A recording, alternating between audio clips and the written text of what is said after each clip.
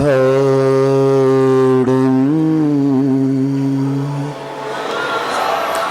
ऋणमो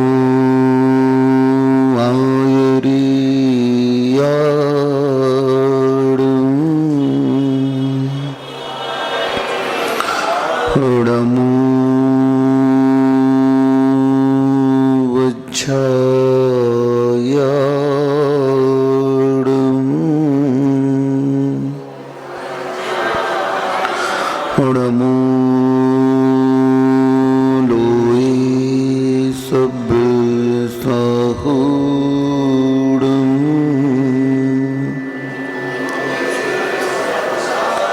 हाँ नित्य घटती आयु है पर पाप मति घटती नहीं। आई बुढ़ोती पर विषय से कामना हटती नहीं। मैं यत्न करता हूँ दवा मैं धर्म मैं करता नहीं। दुर्मोह महिमा से ग्रसित हूँ नाथ बच सकता नहीं। कुंडलपुर के बड़े बाबा की जय। मूल नायक श्री चिंतामणि पार्श्वनाथ भगवान की जय। परम पूज्य संत शिरोमणि आचार्य भगवान श्री विद्यासागर जी महामुनिराज की जय। परम पूज्य निर्यापक मुनि श्री समता सागर जी महाराज की जय। अहिंसा में विश्व धर्म की जय। पूज्य मुनि श्री महासागर जी महाराज की समस्त मुनि संघ की। आज एक विशेष दिवस है। आज उस व्यक्तित्व का जन्म हुआ था 153 साल पहले। कितने साल पहले? 153 साल पहले एक व्यक्तित्व का जन्म हुआ जिन्होंने जैन धर्म की महती प्रभावना की और वे जैन धर्म के अनुयायी भी थे, जिन्हें आप मोहनदास करमचंद गांधी के नाम से जानते हैं, जो विश्व में महात्मा गांधी के नाम से प्रसिद्ध हैं। ये जैन थे। अभी जैनियों को मालूम नहीं कि महात्मा गांधी जैन थे। ये 100% जैन धर्म के अनुयायी थे। इनकी माँ मुनि धर्म को मानती थी, दिगंबर अमनाओं को मानती थी, और उसी दिगंबर अमनाओं को मानने का परिणाम है, उनके माँ के संस्कार का प्रभाव है कि वे अहिंसा और सत्य को अपने जीवन का आधार बना करके और पूरे राष्ट्र की परतंत्रता को इसी के माध्यम से स्वतंत्रता दिलाई। जब राष्ट्र परतंत्र था, बहुत सारे दल आए, गरम दल आए, बंदूक के नोक पर देश को स्वतंत्र कराना चाहते थे। देशभक्त थे, उनके अंदर जज्बा था कि भारत को स्वतंत्र कराना है। सुभाष चंद्र बोस जैसे क्रांतिकारी हमारे यहाँ पैदा हुए, भगत सिंह, चंद्रशेखर आजाद जैसे, वीर सावरकर जैसे हमारे यहाँ वीर पुरुष हुए, जिन्होंने अपनी क्रांतिधारा विचारधारा के माध्यम से जन जन में उस स्वतंत्रता की ज्योति जलाई। लेकिन इन सभी ज्योतियों के आगे अहिंसा की ज्योति सबसे पहले जगमगाई, क्योंकि अहिंसा आत्मा का मूल स्वभाव कहा गया है। कितना क्रूर से क्रूर जानवर क्यों न हो, कितना क्रूर से क्रूर इंसान क्यों न हो, बगैर अहिंसा के वह एक कदम चल नहीं सकता, बगैर अहिंसा के वह जीवित रह नहीं सकता। यूं कह दो, अहिंसा प्रत्येक जीव की सांस है। क्या है? प्रत्येक जीव की सांस कह दो अहिंसा को, कोई अतिशयोक्ति नहीं है। जिस प्रकार सांस के बिना आप जी नहीं सकते हो, उसी प्रकार अहिंसा के बिना आप जी नहीं सकते हो। वह अहिंसा क्रूर प्राणियों में अपने स्नेह की वशीभूत होती है। कोई भी जानवर को आप देख लो, उसी मुख से वह शिकार पकड़ता है, खाता है, और उसी मुख से अपने बच्चों को भी पालता है। बच्चों के प्रति उसके मन में क्या भाव रहते हैं? अहिंसा के भाव रहते हैं। क्रूर से क्रूर इंसान भी देख लो, दूसरे के लिए वह शासक बनता है, क्रूर शासक के नाम से प्रसिद्ध होता है। हिटलर, मुसोलिनी, औरंगजेब, बहुत सारे ऐसे शासक हुए, अभी भी हैं वर्तमान में, जो क्रूर शासक के नाम से प्रसिद्ध हैं। लेकिन उनकी भी आत्मीयता अपने परिजनों के प्रति कैसी रहती है? अहिंसा की रहती है। जब यही अहिंसा स्वार्थ के दायरे से निकल करके सार्वभौमिक बन जाती है, त्रैकालिक हो जाती है, तो वह अहिंसा धर्म बन जाता है। इसीलिए अहिंसा परमो धर्म है, ये जैन धर्म का प्रसिद्ध नारा है। और ये अहिंसा परमो धर्म था, है और अनादिकाल तक रहेगा। इसीलिए हमारे मूल सिद्धांतों को कोई भी काट नहीं कर सकता है। जैन धर्म के सिद्धांत अकाट्य हैं, अजर अमर अविनाशी हैं। कोई भी युग आ जाए, हर युग में इन 5 सिद्धांतों को कोई भी नकार नहीं सकता है। मैंने एक बार कहा था कि जैन धर्म के 5 सिद्धांत धर्म के रूप में हैं, और इन 5 सिद्धांतों का जन्म 5 पापों के विरोध में हुआ। हमारे यहां 5 पाप कहे गए। हिंसा करना, बोलो, पाप है। झूठ बोलना, चोरी करना, कुशील करना और परिग्रह रखना पाप है। ये 5 पाप जैन धर्म के प्रसिद्ध हैं, और इन्हीं पापों पर विजय प्राप्त करके ये 5 व्रत आते हैं, 5 सिद्धांत जैन धर्म के आते हैं।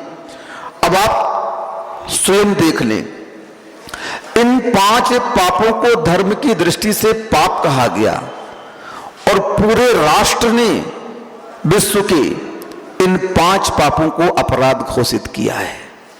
अब बताओ, विश्व के पूरे राष्ट्र जैन धर्म मानते हैं कि नहीं मानते हैं? हमारे यहां संविधान में अगर कोई हिंसा करता है, उसकी सजा क्या है बताओ? कोई झूठ बोलता है, उसकी सजा क्या है? कोई चोरी करता है, उसकी सजा? कोई बलात्कार करता है, उसकी सजा? कोई परिग्रह रखता है, टैक्स चोरी करता है, उसकी सजा? संविधान में इन 5 पापों को लेकर के धाराएं बनाई गई, और उस धाराओं का कठोरता से पालन करने का आदेश दिया। उस संविधान की रक्षा के लिए पुलिस बैठाई गई। देखो, अगर कोई ये संविधान की धारा तोड़ता है, उसको पकड़ करके जेल में बंद कर दिया जाए। अब बताइए आप, हमारी 5 पापों को पूरे राष्ट्र ने अपराध माना कि नहीं माना? जैन धर्म इसे पाप मानती है और पूरा राष्ट्र इसे अपराध मानता है। जैन धर्म के सिद्धांत के बिना कोई भी व्यक्ति जी नहीं सकता है। अगर इन 5 पापों की छूट दे दी जाए तो विश्व का क्या स्वरूप होगा? जी नहीं पाओगे, एक कदम चल नहीं पाओगे, और उसके लिए तुम्हें इन 5 व्रतों की ओर आना होगा, इन 5 सिद्धांतों का पालन करना होगा, तभी शांति जीवन में आएगी। गांधी जी ने मात्र अपने जीवन में ये 2 सिद्धांत हाईलाइट किए, अहिंसा और सत्य का। और भी सिद्धांत थे, लेकिन इसमें सभी गर्भित हो जाते हैं। अहिंसा में सब गर्भित हो जाता है। जो अहिंसात्मक होगा वह कभी असत्य नहीं बोलेगा, वह चोरी नहीं करेगा, वह बलात्कार नहीं करेगा, परिग्रह में ज्यादा आसक्ति उनकी नहीं होगी। गांधी जी ने इसी सिद्धांत को पहले अपने जीवन में अपनाया, और इसी सिद्धांत को राष्ट्र की स्वतंत्रता के लिए एक सिंबल दिया। सत्याग्रह के माध्यम से उन्होंने आंदोलन छेड़ा। बोले नहीं, मैं इन हिंसा का समर्थन नहीं करूंगा, हिंसा के समर्थन में हमारे ही लोग मारे जाएंगे, हमारे लोगों की हिंसा होगी। मैं अहिंसा के माध्यम से अपनी आवाज को जन जन तक पहुंचाऊंगा, मैं सत्याग्रह करूंगा। और उन्होंने सत्याग्रह के माध्यम से उस ब्रिटिश सरकार की नींव हिला दी, हिल पड़ी पूरी सरकार। यह व्यक्ति कैसा है, कुछ कहता नहीं है, लेकिन इसके कहने से पूरी जन जन का सैलाब उभर करके आ जाता है। जितने भी गांधी जी ने आंदोलन किए, उन सभी आंदोलनों में जनता ने पूरी भागीदारी अपनी वहां पर रखी और उसका परिणाम क्या हुआ। लेकिन उसके लिए एक बात आवश्यक है, उन सिद्धांतों को हम जब अपने जीवन में अपनाएंगे तभी उसका प्रभाव दूसरों के ऊपर पड़ता है। गांधी जी का जीवन जब पढ़ते हैं, उन्होंने बहुत ऐशो आराम की जिंदगी जी, बहुत रिच फैमिली से थे, पैसे वाले परिवार से थे। जैनी कभी भिखमंगा तो होता नहीं है, जैनी तो पैसा वाला ही होता है, ऐश्वर्य वाला होता है। ठंडी का समय था, सब सुविधाएं उनके पास थी, अच्छी नरम गादी है, नरम कंबल है, अंगीठी अलग से जली हुई है, विश्राम कर रहे हैं गांधी जी। बचपन की बात है, जब नींद नहीं लग रही थी, अचानक बाहर से कुछ आवाजें सुनाई दी। वे सोचते हैं उठें कि नहीं उठें, उठें कि नहीं उठें, लेकिन उनकी अंदर की चेतना उन्हें उठने के लिए मजबूर करती है और वे उठ करके बाहर जाते हैं और देखते हैं 3-4 छोटे छोटे कुत्ते के पिल्ले ठंड के कारण कराह रहे थे, चीख रहे थे। उनकी दया, उनकी अहिंसा उन्हें प्रेरित करती है और वे उन बच्चों को उठा करके लाते हैं और अपनी गादी में सुलाते हैं। बच्चे रात भर अच्छे आराम से सोते हैं। इस घटना ने उनके जीवन को बदल दिया। उन्होंने चिंतन प्रारंभ किया कि देखो मैं कितना सुखी जीवन जी रहा हूं और संसार के कितने प्राणी अभाव का जीवन जी रहे हैं। अब मुझे ऐसो आराम की जिंदगी नहीं चाहिए, अब मैं प्राकृतिक जिंदगी जीऊंगा। और वे उसी दिन से ऐसो आराम छोड़ देते हैं। एक पिक्चर आई थी, गांधी पिक्चर, उसमें वे गंगा के घाट के किनारे गए होंगे और एक स्त्री जो आधे कपड़े धो रही थी और आधे लपेटी हुई थी, ये देख करके उनके जीवन में एक अलग बदलाव आया और वे सहम गए। ये क्या है? ये मेरा भारत है। जो भारत सोने की चिड़िया कहलाता था, आज उस भारत में इतनी दरिद्री, इतनी गरीबी कि पहनने के लिए वस्त्र नहीं है। और तुरंत उन्होंने अपनी उस धोती को आधी किया और उस मां की ओर बढ़ा दिया। तभी से उसने मात्र कितनी धोती पहनी? घुटने तक की धोती पहनी। कितना चद्दर लिया? उनका जीवन का बदलाव इसी धर्म के माध्यम से ऐसा होता गया कि उन्होंने अपने जीवन की आवश्यकताओं को इतना सीमित कर लिया और अपनी चर्या को अहिंसा और सत्य से इतना ओतप्रोत कर लिया कि वे साक्षात अहिंसा की प्रतिमा बन गए। क्योंकि वे जानते थे अहिंसा के बिना कभी भी शांति न किसी को मिली है और न मिलेगी। राष्ट्र में कितने भी युद्ध हो जाएं, कितना भी अलगाव हो जाएगा, उनके विश्राम के लिए अहिंसा की शरण में तो आना ही पड़ेगा। इसीलिए आज इस भारत देश को चाहिए कि उस अहिंसा के पुजारी की जन्म जयंती मनाना तभी सार्थक होगा जब हम हिंसात्मक साधनों का परित्याग कर दें। पहली बात, भारत हिंदू राष्ट्र है, अध्यात्म देश में भारत की गिनती आती है, ऋषि मुनियों का देश है, बड़े बड़े अवतार भगवानों के इसी भारत की वसुंधरा पर हुए। तीर्थंकरों का जन्म यही वसुंधरा बनी, यही कर्म क्षेत्र बना और इसी वसुंधरा में हम लोगों ने भी जन्म लिया। लेकिन मात्र इंसान का जन्म पाने से कुछ नहीं होता। इस इंसान का रूप पाने से कुछ नहीं होता। जब तक हम इस पर्याय के माध्यम से उस अहिंसा धर्म को आत्मा की पर्याय नहीं बनाएंगे, तब तक आपका ये मनुष्य जन्म पाना व्यर्थ कहलाएगा। हमें अपने जीवन में इस सिद्धांत को बढ़ाना है। इस सिद्धांत को बढ़ाने के लिए कोई तप साधना नहीं करनी है। आप लोगों को कोई तप साधना नहीं करनी है। अपनी किसी भी आवश्यकताओं में कमी नहीं करनी है। मात्र जो अपव्यय किया जा रहा है उस अपव्यय को बंद कर दो, जिसे जैन धर्म ने अनर्थ दंड के रूप में कहा है। क्योंकि सबसे ज्यादा पाप अगर कहीं से लगता है तो अनर्थ दंड के रूप में लगता है। व्यर्थ के जो पदार्थों का संग्रह हमारे यहां हो रहा है वही पाप का कारण बनता है।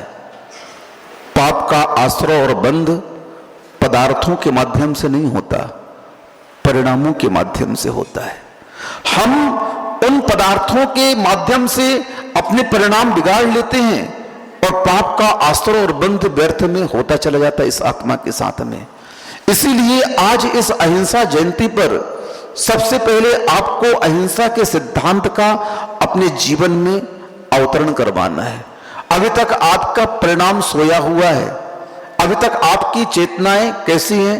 शांत हैं, अचेतन जैसे आपका जीवन जी रहे हो आप लोग। एक इंद्रियवत जड़वत आपका जीवन चल रहा है। क्यों? सोचने समझने की क्षमता होने के उपरांत भी आज आप उस हिंसा के साधनों को छोड़ नहीं रहे हो। बड़ी विडंबना है ये आपके इस जीवन की। परिणामों की बड़ी विचित्रता है। ये मन की बड़ी अपवित्रता है कि आप जानकर भी इन पाप से बच नहीं पा रहे हो। क्यों उपयोग कर रहे हो हिंसात्मक सामग्री? इस शरीर को पुष्ट करने के लिए, इस शरीर को सजाने के लिए। कितना सजाओगे इस शरीर को? क्या इन सौंदर्य सामग्री के माध्यम से शरीर सुंदर दिखता है क्या? मुझे बताओ। क्या फेयर एंड लवली लगाने से तुम्हारा चेहरा अलग दिखता है क्या? क्या पाउडर लगाने से तुम्हारी नाक ढक जाएगी क्या? तुम्हारी आंख ढक जाएगी? मात्र गाल पर ही लगेंगे, ये तो किस पे लगेंगे? और वे सारी की सारी सामग्रियां आज हिंसात्मक हैं। आप देख लो, YouTube चलाते हो आप, ब्यूटी एंड विदाउट क्रूरटी नाम से एक साइट डली हुई है कि सुंदरता बिना क्रूरता के आती नहीं है। सुंदरता कौन सी सुंदरता? कृत्रिम सुंदरता, जिसे आप नेल पॉलिश, लिपस्टिक, जो भी सौंदर्य सामग्री कही गई है, इनकी साइट जब आप खोलोगे तो आप उन बंदर, उन खरगोश, उन गिलहरी, उन छोटे छोटे जानवरों के खून, उनकी चर्बी, उनके माध्यम से बना हुआ पदार्थ उस प्रोडक्ट के रूप में आया और उसे आप अपने मुख पर लगा रहे हो। शर्म आनी चाहिए तुम्हें। जैन हो आप लोग, हिंदू हो आप लोग, भगवान की आराधना करने वाले, अहिंसात्मक धर्म के पालन करने वाले हो आप लोग, किसे सजा रहे हो? इस चमड़ी को सजा रहे हो जो कभी भी स्थायित्व को प्राप्त होने वाली नहीं है, जो कभी भी एक रूप नहीं होने वाली है। ये तो पुद्गल की सामग्री है और पुद्गल का स्वभाव गलन पूर्ण स्वभाव वाला होता है। इसका परिणमन तो कोई रोक नहीं सकता है। देख लो अपने घरों में आप लोग, उस बालक के जन्म से बुढ़ापे तक का फोटो आप देख लो, कैसा मुंह हो जाता है बंदरों जैसा। अब लगाओ लिपस्टिक, नेल पॉलिश, नहीं रोक पाओगे। तात्कालिक सुंदरता के लिए आप लोग कितनी हिंसा का समर्थन कर रहे हो आपको पता है? कितना पाप का आश्रय कर रहे हो आपको पता है? देखो, किसान जब खेत पर ज्वार बोता है तो ज्वार आता है, मक्का बोता है तो मक्का आता है। जो भी बीज वह अपने खेत पर डालता है उसी प्रकार की फसल उसे प्राप्त होती है। तुम मनुष्य हो, तुम हिंसा की फसल डालोगे तो तुम्हें हिंसा मिलेगी, याद रखना। तुम आज उन पदार्थों को अपने सौंदर्य को बढ़ाने के लिए प्रयोग कर रहे हो, कल वे तुम्हें मार करके खाएंगे। तुम्हारे पदार्थों का उपयोग करेंगे अवयवों का अपनी सुंदरता बढ़ाने के लिए। टिट फॉर टैट कर्म सिद्धांत तो ये कहता है जैसे को तैसा, मैं नहीं रुकने वाला किसी से, तुम जैसा करोगे मैं वैसा ही परिणाम आपको आगे दूंगा। इसीलिए आज जितनी भी बीमारियां होती हैं, विपत्तियां आती हैं, उनको निमंत्रण देने वाला और कोई नहीं है, आपके क्रूर परिणाम है। इसीलिए अगर आप सही मायने में हिंदू हैं, आप सही मायने में बौद्ध हैं, आप सही मायने में जैन हैं, तो इन सभी का धर्म अहिंसा है।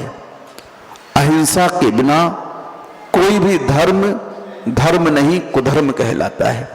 जिस धर्म की अगर बेसमेंट ही हिंसा से रखी जाए तो वो धर्म कैसे धर्म की श्रेणी में आएगा? मुझे बताओ, आप आएगा क्या? अपने परिवार के लिए तुम अहिंसा चाहते हो, सुरक्षा चाहते हो, और दूसरे जीवों को आप मार करके खा रहे हो। उसके पदार्थ, उसके अवयवों से पदार्थ बन रहे हैं, उस पदार्थों को आप अपने चेहरे पर लगा रहे हो, उनके बने हुए चमड़ों की वस्तुओं का आप प्रयोग कर रहे हो, कहीं बेल्ट के रूप में, कहीं चप्पल जूते के रूप में, कहीं सूटकेस के रूप में, कहीं घड़ी के पट्टे के रूप में, कहीं जर्सी के रूप में, कहीं साड़ी के रूप में। कोसा की साड़ी, किसकी साड़ी? हजारों कीड़ों को मारने पर 1 मीटर कोसा बनता है, और उस 5-6 मीटर कोसे से आप बनी हुई साड़ी पहनते हो, कुर्ते पहनते हो।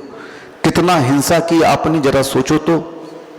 इसीलिए कहा जा रहा है, इस शरीर को तुम जितना सजाओगे उतना तुम सजा पाओगे। इस शरीर को तुम जितना सजाओगे उतना तुम सजा पाओगे, और इस शरीर को तुम जितनी सजा दोगे उतना तुम सज जाओगे। क्या हो जाओगे? तीर्थंकरों ने शरीर को सजाया नहीं, इसे सजा दी, इसके माध्यम से साधना की, तप किया, संयम को अंगीकार किया, त्याग को अंगीकार किया, और आज वे 3 लोक के नाथ बने हुए हैं, जिन्होंने इस शरीर को तपाया, इस शरीर को सजा दी। आज वे दुनिया के आराध्य बने हुए हैं, और जिन्होंने इस शरीर को सजाया, संभारा, पुष्ट किया, आज वे नारकी बने हुए हैं। जाओ बेटा, वहां नपुंसक वेद के साथ रहना, जाओ, कुछ खाने को नहीं मिलेगा वहां पर, मट्टी खाओ, कुरूप रहो, हुंडक संस्थान रहेगा, दुनिया भर की यातनाएं तुम्हें दी जाएंगी। क्यों दी जा रही हैं ये यातनाएं आपको? क्यों तिरंज गति में आपको मारा जा रहा है, भार लादा जा रहा है? चिंतन तो करो, क्योंकि तुमने उनके साथ अन्याय किया था। क्या किया था? अन्याय किया था। आज भारत में इतने कत्लखाने खुल गए, मैं सोचता हूं ये कत्लखाने चल क्यों रहे हैं इतने? अहिंसा परमो धर्म जिस राष्ट्र का नारा है, अहिंसा जिसका मूल धर्म है, अध्यात्म जहां का स्वरूप है, उस देश में कत्लखाने क्यों खुल रहे हैं? बाद में समझ में आया, कत्लखानों को और कोई नहीं चला रहा है, आप लोग चला रहे हो। महाराज, हम लोग तो मांस नहीं खाते हैं, क्या मात्र मांस के बिकने से ही कत्लखाने चलते हैं क्या? नहीं, मांस को अगर बेच करके कत्लखाने चलाएं तो उन कत्लखानों का खर्च भी नहीं निकलेगा। उन कत्लखानों को आमदनी होती है। मांस के बाद जो उन पशुओं की चर्बी बचती है, खून बचता है, हड्डी बचती है, चमड़े बचते हैं, उन्हीं को बेच करके वे अरबपति खरबपति होते हैं। मांस तो बहुत सस्ते में चला जाएगा। अब उन खून का प्रयोग कौन कर रहा है? उन हड्डियों का प्रयोग कौन कर रहा है? उन चर्बियों का प्रयोग कौन कर रहा है? और उस चमड़ी का प्रयोग कौन कर रहा है? आप कर रहे हो। सब भारत की आवाम कर रही है, भारत की जनता प्रयोग कर रही है। अगर आज पूरे भारत की जनता ये संकल्प कर ले महात्मा गांधी की जयंती के अवसर पर कि हम चमड़े से बनी वस्तुओं का प्रयोग नहीं करेंगे, हम उस सौंदर्य प्रसाधन की सामग्री का प्रयोग नहीं करेंगे, फिर आप देखो इन कत्ल खानों का क्या स्वरूप होता है। इन्हें बंद नहीं करवाना पड़ेगा, ये अपने आप बंद हो जाएंगे। मांस बेच करके इनके पास इतना धन नहीं आ सकता जितना धन ये उन अवयवों को बेच करके ला रहे हैं। बड़ी शर्म की बात है, गांधी जी का उद्देश्य कुछ और था, गांधी जी का भारत कुछ और था। जो आज का भारत है ये गांधी जी का भारत नहीं था, गांधी जी की सोच अलग थी। उन्होंने भारत के लिए उसी अध्यात्म की कल्पना की थी कि भारत में कुटीर उद्योग होंगे, भारत में गांव गांव में विकास होगा। लेकिन उल्टा हो रहा है, गांव से पलायन होकर के शहरों में कीड़े मकोड़ों की जिंदगी व्यतीत हो रही है। गांव से व्यापार उठा करके सारे के सारे व्यापार शहरों में आ रहे हैं। और तो और ये सरकार की सबसे गंदी नीति आज बता रहा हूं मैं। इस सरकार को सावधान होना चाहिए, और सरकार को सावधान करने के लिए पूरी आवाम को भी सावधान होना चाहिए। एक बहुत बड़ा प्रहार आप लोगों के ऊपर और चालू हो गया, और वह प्रहार है ऑनलाइन सप्लाई। सुन रहे हो आप लोग? कोई भी ऑनलाइन सप्लाई मत खरीदो, क्योंकि ऑनलाइन सप्लाई खरीदने वाले के लिए बहुत बड़ी समस्या उत्पन्न होने वाली है। आप लोग कभी सेफ नहीं बच पाओगे। क्यों? बड़ी बड़ी कंपनियां मॉल के रूप में आ रही हैं और ऑनलाइन अपनी सामग्री को बेच रही हैं, सस्ता बेच रही हैं। लेकिन इसके माध्यम से क्या हो रहा है? खुर्दा व्यापारी खत्म होते जा रहे हैं। जो छोटे छोटे व्यापारी थे गांव में, उनका पतन होता जा रहा है, और बड़ा आदमी और बड़ा आदमी बनता जा रहा है। इसका परिणाम क्या होगा? आप जी नहीं पाओगे। ये गरीब लोग व्यापार खत्म होने के बाद पेट भरने के लिए आपको लूटेंगे। आपका सड़कों पर निकलना दुर्भर हो जाएगा, आपका जीना दुर्भर हो जाएगा। जितने बड़े आदमी हैं इनका प्रतिदिन मर्डर होगा, प्रतिदिन इनका खून होगा। क्यों होगा? क्योंकि गरीब के पास में आमदनी का जरिया नहीं बच रहा है। सरकार सब कुछ ऑनलाइन कर रही है, बड़ी बड़ी विदेशी कंपनियों को यहां निमंत्रण दे रही है, और उसका परिणाम आपको भोगना पड़ेगा, क्योंकि आप उसमें पार्टिसिपेट कर रहे हो। आप 2 रुपए सस्ते माल के लिए ऑनलाइन मंगवा रहे हो। वो गरीब दो रोटी कमाने के लिए, 2 पैसे कमाने के लिए बैठा हुआ है। सब्जी कंडी तक तो आज ऑनलाइन में बिकने लगे हैं। हर चीज सुई से लेकर के हवाई जहाज तक तो ऑनलाइन आ रही है, और आप उसका समर्थन कर रहे हो। सस्ता सस्ता सस्ता, सस्ते के चक्कर में एक दिन ऐसा आएगा आप लुटते रहोगे। ये आम बातें हो जाएंगी कि इसका मर्डर हो गया, इसके यहां डकैती पड़ गई, ये लुट गया। इसीलिए सभी को इस नीति का विरोध करना चाहिए। पूरी आवाम अगर एक सूत्र में बंध जाए तो सरकार हिल सकती है। देखो तो गांधी का देश कैसा होना चाहिए था, उनकी सोच क्या थी? हर जगह अहिंसा का वातावरण हो, सुखी रहे सब जीव जगत के, कोई कभी ना दुख पावे, कोई दुख ना पाए। यही धर्म की भावना होती है।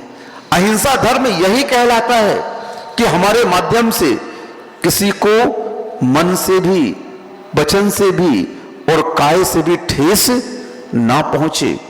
लेकिन देखो, हम उस सूक्ष्म अहिंसा की तो बात छोड़ो, आज स्थूल अहिंसा को भी अपना नहीं पा रहे हैं। अपने इस मन की मनमानी के लिए आप क्या क्या कर रहे हो देख लो। फास्ट फूड में ये सब मांस चर्बी मिली हुई है। कितनी बार गुरुदेव ने कहा, हम लोग भी आप लोगों के सामने ये बात रखते हैं, लेकिन आप त्याग नहीं कर पाते हो, न बच्चों को त्याग करा पाते हो। कितनी बार चमड़े की वस्तुओं का त्याग करने के लिए कहा, आप लोग उस बेजुबान की भांत में धर्म भी नाश हो रहा है। गांधी जी ने बहुत सुंदर भारत की कल्पना की थी, उस राम राज्य की कल्पना की थी कि गांव-गांव उद्योग होंगे, गांव-गांव व्यापार होंगे, हर तरफ समृद्धि होगी, हर तरफ शांति होगी, हर तरफ खुशहाली होगी, कोई भी दुखी नहीं रहेगा। लेकिन आज इस विज्ञान के विकास ने सबसे ज्यादा दुखी बना दिया। इस यांत्रिक युग ने सबसे ज्यादा तनाव की जिंदगी दे दी आपके लिए। अर्थ के लिए व्यर्थ में कितना परिश्रम कर रहे हो, उस शरीर को सजाने के लिए, पुष्ट करने के लिए कितना आप पाप कर रहे हो वो जरा देखो तो। पेट के लिए इतना पाप नहीं होता जितना इस मन के शौक को पूरा करने के लिए पाप होता है। पेट के लिए तो मेरे गुरुदेव भी एक टाइम आहार लेते हैं। सबसे गरीब आहार अगर दुनिया में किसी का होगा तो मेरे गुरुदेव का है। क्या लेते हैं बताओ? 60 रस का त्याग करके आहार करते हैं। लेकिन देखो उस आहार के माध्यम से वो कितने स्वस्थ हैं, कितने चमक रहे हैं। ये चमक आहार की नहीं है, अहिंसा परमो धर्म की है। किसकी है ये चमक? ये तप के साधना की है।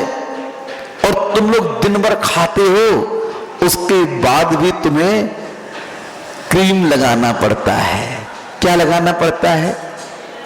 फेशियल करना पड़ता है, बार बार उन पदार्थों से अपने मुख को मांजना पड़ता है। क्या होगा?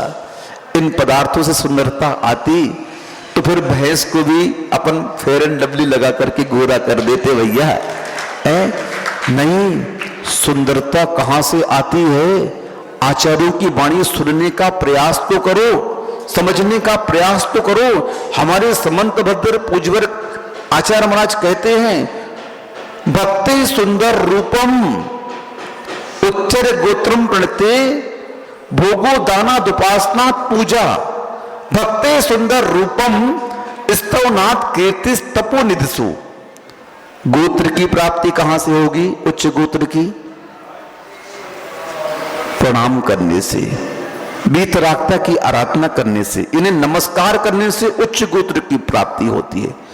भक्ति भोगो दाना उपासना पूजा, इनको दान करने से भोग की प्राप्ति होती है, इनकी पूजा करने से ऐश्वर्य की प्राप्ति होती है, इनकी भक्ति करने से सुंदर रूप की प्राप्ति होती है, न कि फेयर एंड लवली लगाने से।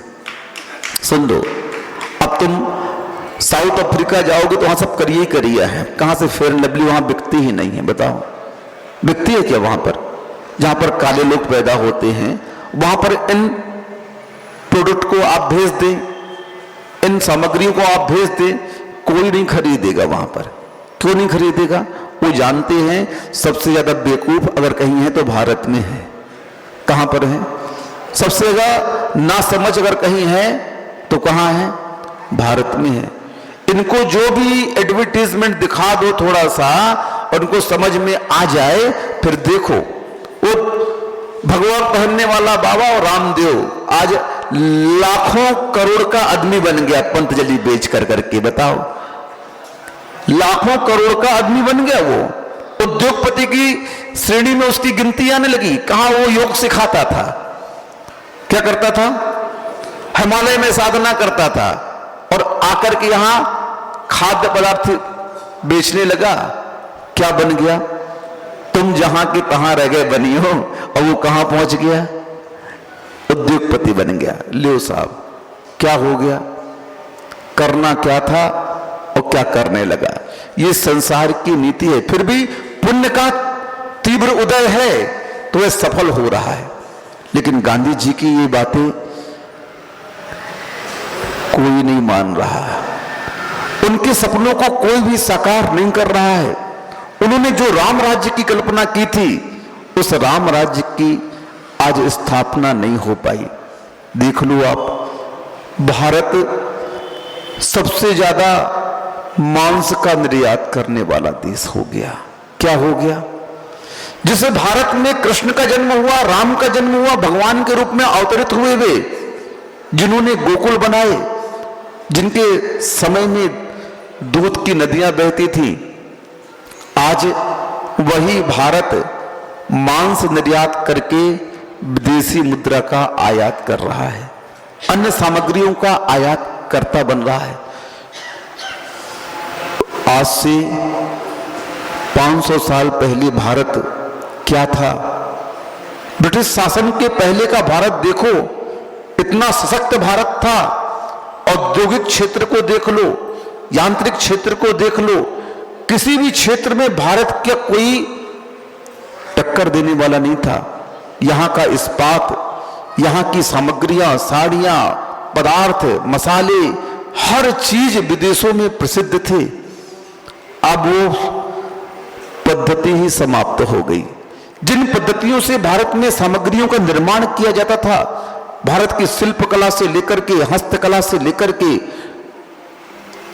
अन्य जो भी सामग्रियां बनती थी, चाहे वह लोहे की हो, चाहे सोने की हो, मकान व्यवस्था को लेकर के सब कुछ भारत की संसार की प्रणाली जो थी अनोखी ही थी। और आज उसका पूरा का पूरा जीरो हो गया। आज वो पद्धति बची ही नहीं। कारण क्या है इसका? सरकार आती गई, आक्रमण होता गया और उन्होंने उस भारत के अस्तित्व को समाप्त करने के लिए उस कला को ही समाप्त करना प्रारंभ कर दिया।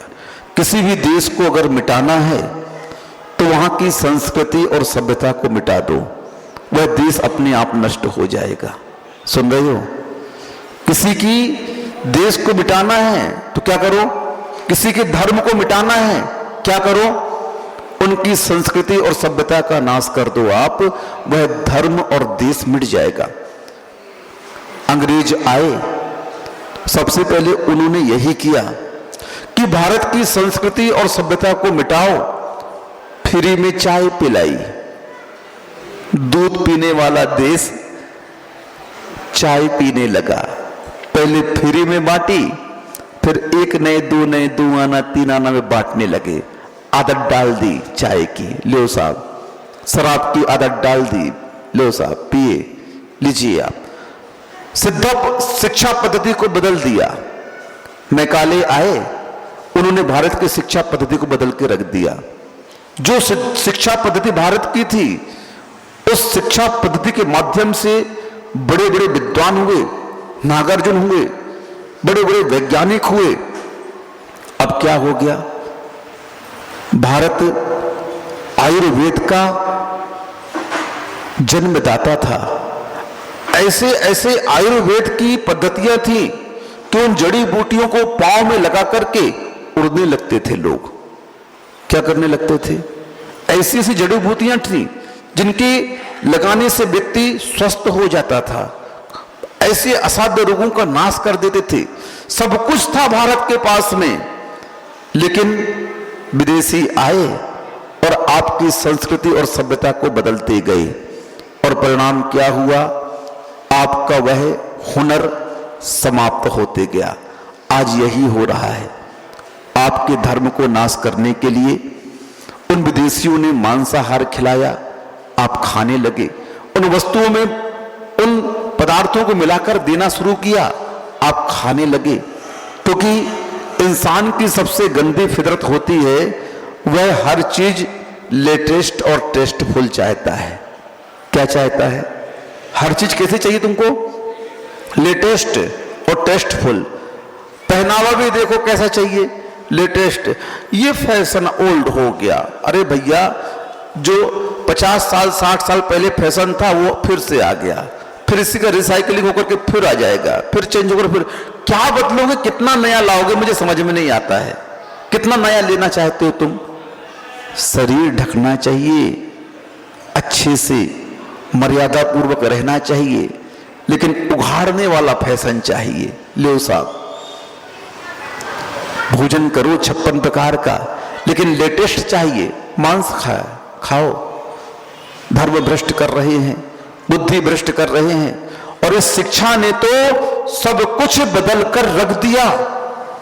जिस शिक्षा प्रणाली के माध्यम से माता पिता की सेवा की जाती थी, जिस शिक्षा प्रणाली के माध्यम से धर्म का पालन किया जाता था, अपने से बड़ों का आदर प्रणाम किया जाता था, उस शिक्षा प्रणाली ने क्या किया? प्रणाम करवाना बंद कर दिया। हाय, हेलो, ले साहब। पहले 2 हाथ जुड़ते थे। कैसे जुड़ते थे? नमस्ते करने में। अब कितने हाथ उठते हैं? 1 हाथ। लीजिए साहब, 1 हाथ से आपको विकलांग कर दिया शिक्षा ने। आप पढ़ाओ बच्चों को, मना नहीं है, लेकिन इतनी बड़ी जैन समाज है, जैन समाज को चाहिए अपना स्वयं का स्कूल होना चाहिए। लाखों रुपए आपके बच्चों की फीस स्कूलों में जा रही है। कम से कम 400 घर की जैन समाज बेगमगंज में है, 500 घर की, और प्रत्येक समाज के प्रत्येक परिवार सक्षम है। आज जैनियों जागो थोड़ा सा। अगर एक एक घर से 5-5 लाख के भी ट्रस्टी बनते हैं, 11-11 लाख के ट्रस्टी बनते हैं, 1-1 लाख के ट्रस्टी बनते हैं, तो करोड़ों रुपए 1 घंटे में यहां पर जमा हो सकते हैं और स्वयं का स्कूल खुल सकता है। और उस स्कूल में आप नमोकार मंत्र पढ़ा सकते हो, पाठशाला पढ़ा सकते हो, एक पीरियड आप अहिंसा का रख सकते हो, एक पीरियड आप बौद्धिक शुद्धि के लिए रख सकते हो। जैन स्कूल है ना, सबको ही चाहेंगे। अरे जैनों, तुम्हारी साख देखो कितनी है। जब कॉलोनियां कटती हैं और जैन वहां पर एक प्लाट ले लेता है तो उस कॉलोनी के रेट बढ़ जाते हैं। अपनी पहचान तो देखो थोड़ा सा, कितनी पहचान है तुम्हारी। हर व्यक्ति जैन के बगल में रहना पसंद करता है। क्यों? वो अहिंसात्मक है, वह सात्विक है। अन्य व्यक्ति के बगल में बसेगा, झगड़ा होगा, वो तलवार और चक्कू निकाल लेगा, बंदूक निकाल लेगा। जैन से झगड़ा होगा, उसके घर में लाठी नहीं मिलती, बेचारे के यहां ढूंढना पड़ता है, कहां है लाठी। इतना सात्विक होता है। तुम्हारी पहचान विश्व में अलग है, लेकिन वह पहचान बहुत जल्द समाप्त हो जाएगी। क्यों? उसका कारण आप स्वयं बनोगे। आप बच्चों को इन इंग्लिश मीडियम स्कूल में पढ़ाओगे, उनके संस्कार समाप्त हो जाएंगे। वे मांस भक्षण करने लगेंगे, वे शराब पीने लगेंगे और आपस में उनका संबंध भी बिगड़ने लगेगा। को एजुकेशन जब तक चलता रहेगा और आप उस को एजुकेशन में अपने बच्चे बच्चियों को पढ़ाओगे, उनकी बर्बादी निश्चित होगी। युग के आदि में आदिनाथ भगवान ने अपने 100 पुत्रों को तो गुरुकुल भेजा। कहां भेजा? गुरुकुल भेजा। ब्राह्मणी सुंदरी को कहीं पढ़ने नहीं भेजा। सुन रहे हो माताओं? ब्राह्मणी सुंदरी को कहीं पढ़ने नहीं भेजा। स्वयं अपने पास बैठा करके उन्होंने ब्राह्मणी सुंदरी को विद्या दी, पढ़ाया लिखाया। मेरे गुरुदेव ने भी इन बच्चियों की सुरक्षा के लिए प्रतिभा स्थली खोली। क्या खोली? इनकी इज्जत बची रहे, इनका संस्कार, इनका धर्म बचा रहे। आरिका बनाने के लिए प्रतिभा स्थली नहीं खुली है, इन जैन धर्म का संस्कार बचा रहे, इसलिए उस संस्कार को बरकरार रखने के लिए, उस धर्म को जीवित रखने के लिए ये आपके समाज को सौगात दी गुरुदेव ने। इसलिए जैनियों, आप लोग अपने गुरु के भावों को समझें। 2006 में अमरकंटक चातुर्मास के लिए बिहार चल रहा था।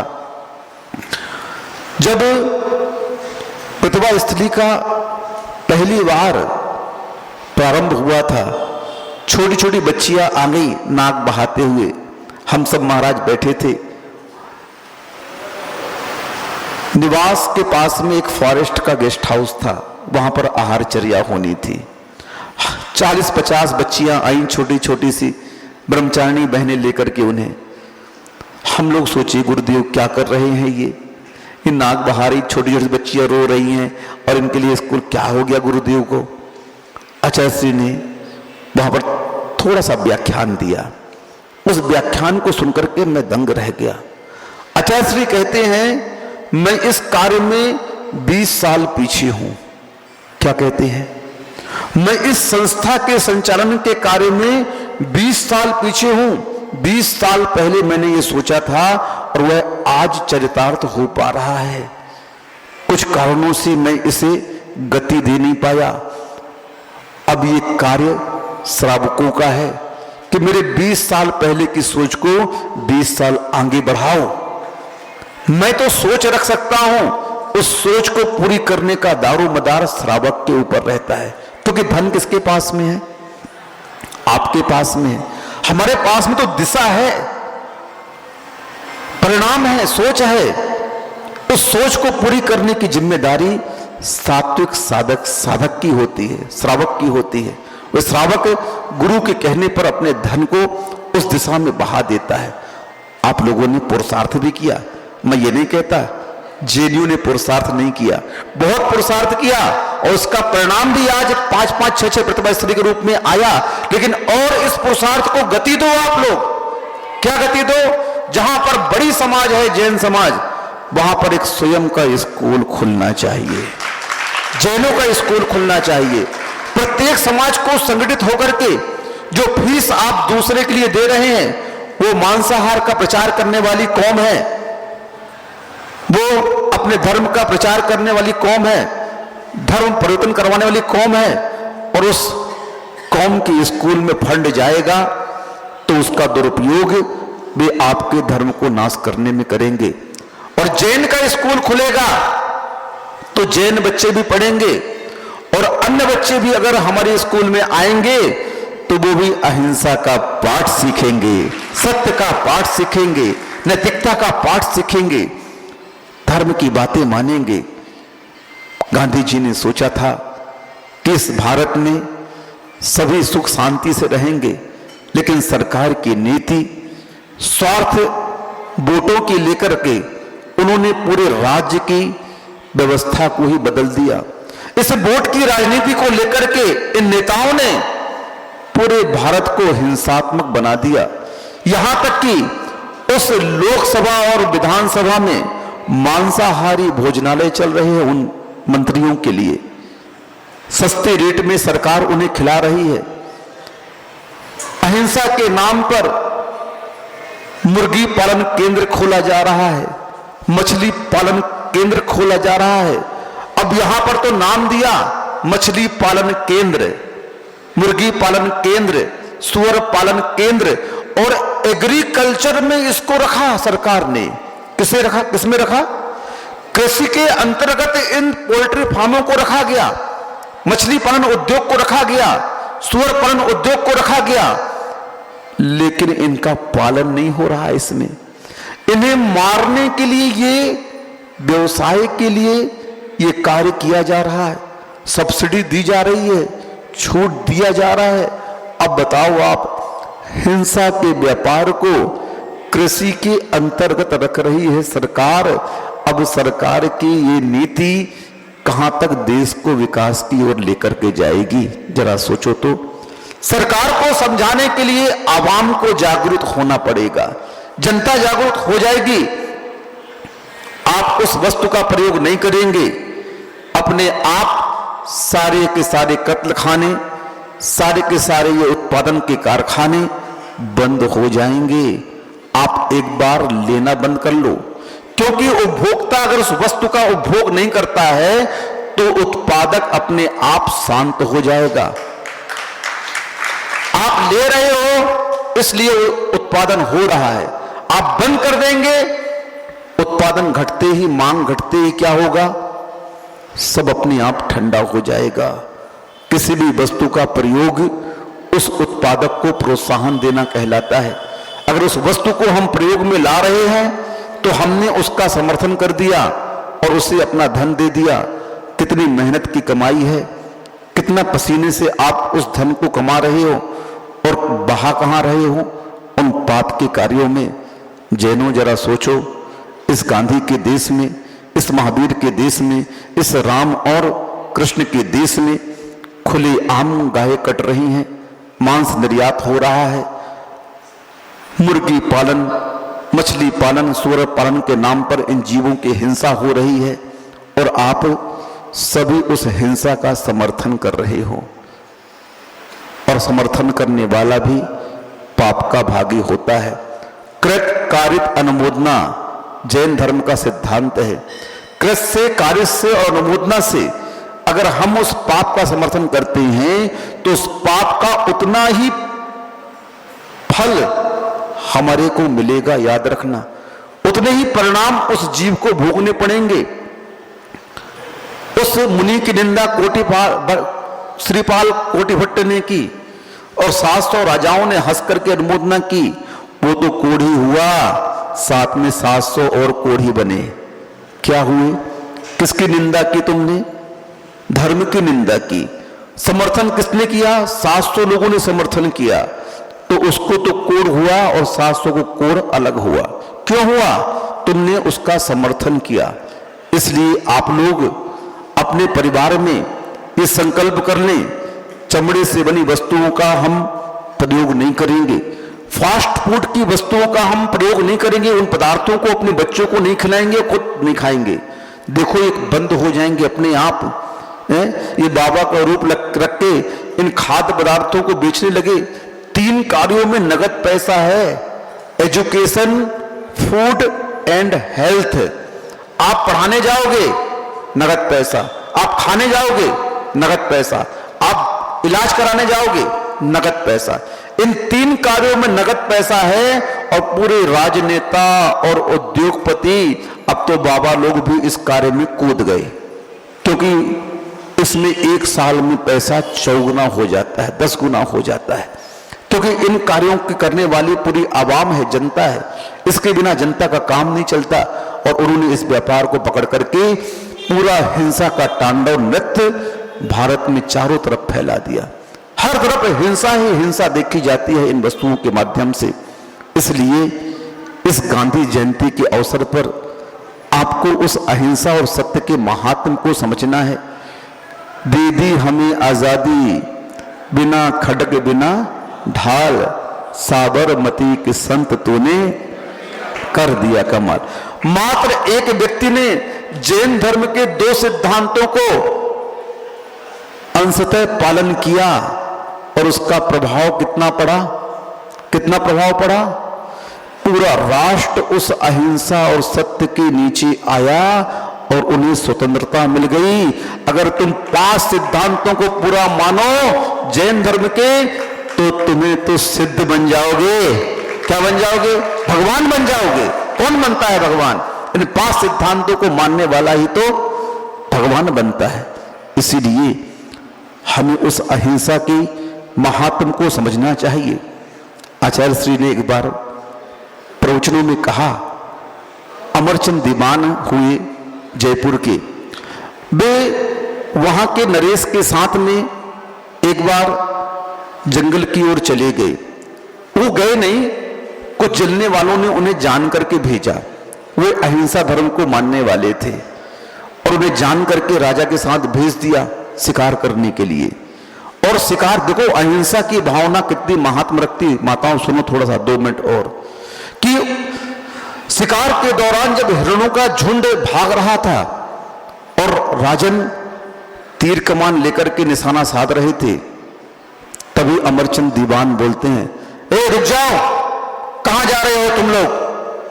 रुको रुको। उनकी इस आवाज को सुनकर के पूरे हिरणों का झुंड रुक गया, खड़ा हो गया। बोले राजन, अब आप पसंद कर लें किसे मारना चाहते हैं। राजा आश्चर्यचकित रह गया, बोलता है ये कैसे हो गया? तुमने कोई मंत्र से मंत्रित कर दिया क्या इनको? बोले नहीं राजन, ये अहिंसा धर्म की पुकार है। मैं अहिंसा धर्म को मानने वाला जैन हूं और इस जैन की पुकार सुनकर के ये अहिंसात्मक जानवर भी रुक गए। ये जो हिरण है ना, ये पूरी तरह से अहिंसात्मक है। ये किसी की भी हिंसा नहीं करते, इसलिए इन्होंने मेरी भावों को पहचान लिया। बोले भावों को पहचान लिया? क्या तुम इनकी भाषा जानते हो क्या? बोले भावों को पहचानने के लिए किसी भाषा की आवश्यकता नहीं पड़ती है। वो तरंगे अपने आप उसके अंदर पहुंच जाती हैं और पहुंच गई, इसलिए वो रुक गए। उस राजा ने उस समय कोई हिंसा नहीं की, लज्जित होकर के, अपमानित होकर के वापस राज्य में आ गया। उसके मन में बदले की भावना थी, तो 3 महीने बाद उस अहिंसा की परीक्षा लेने के लिए उन्होंने अपने शेर को 3-4 दिन भूखा रखा और उस भूखे शेर को भोजन कराने के लिए पुनः अमरचंद दीवान को बुलाया। बोले, दीवान जी, ये शेर मेरा भूखा है, आप अहिंसा धर्म के मानने वाले हो ना? बोले, हाँ राजन हूं। तो आज इस शेर को जलेबी खिलाओ, रसगुल्ले खिलाओ, तब मैं मान जाऊंगा तुम अहिंसा धर्म के पुजारी हो। बोले, ठीक है राजन। दीवान चंद जी पिंजड़े में गए। बोले, वनराज, आज अहिंसा की परीक्षा है और तू मेरे भगवान महावीर स्वामी का चिन्ह है। सुन रहा है? ध्यान से सुन। तू मेरे भगवान महावीर स्वामी का चिन्ह है और आज उन्हें भगवान महावीर के अहिंसा का आज परीक्षा होनी है। देख, मैं तो तुझे मांस नहीं खिलाऊंगा। अगर तुझे मांस खाना है तो तू मुझे खा ले, मैं तेरा ग्रास बनने के लिए तैयार हूं। और अगर तुझे अहिंसा धर्म की आज प्रभावना करनी है तो तू ये जलेबी खा ले। जैसे ही जलेबी का थाल आगे किया, उस शेर ने जलेबी खा ली। क्या खा ली? एक त्रियंच गति के जीव ने अहिंसा की प्रभावना की और तुम मनुष्य गति के होकर के हिंसा का समर्थन कर रहे हो। शर्म आनी चाहिए आप लोगों को। उस शेर ने अहिंसा की पुकार सुनकर के अहिंसा धर्म का जयनाद किया। उसने अहिंसा धर्म को स्वीकार किया और सबके सामने अहिंसा के महात्म को प्रकट कर दिया। पूरे राज्य में उस अहिंसा धर्म की जय जयकार हो गई। आप लोग भी इस अहिंसा धर्म के मानने वाले धर्म के हो और उस अहिंसा की रक्षा के लिए आप लोगों को आज चाहिए इस संकल्प के साथ कि चमड़े से बनी वस्तुएं हम प्रयोग नहीं करेंगे, फास्ट फूड हम प्रयोग नहीं करेंगे। जिन भी कार्यों के माध्यम से, जिन भी पदार्थों के माध्यम से हिंसा का समर्थन होता है, उस हिंसा का मैं समर्थन नहीं करूंगा। यही आज अहिंसा दिवस मनाने का सही संकल्प होगा। आपका समय हो गया। इन्हीं भावना से अहिंसा परमो धर्म की। जिनवाणी के ज्ञान ते सूची लुका लोक, सो वाणी मस्तक नमो सदा दे तो हूँ ठोक। हे जिनवाणी भारती तो ही जपो दिन रैन, जो तेरो शरणा गहे सो पावे सुख चैन।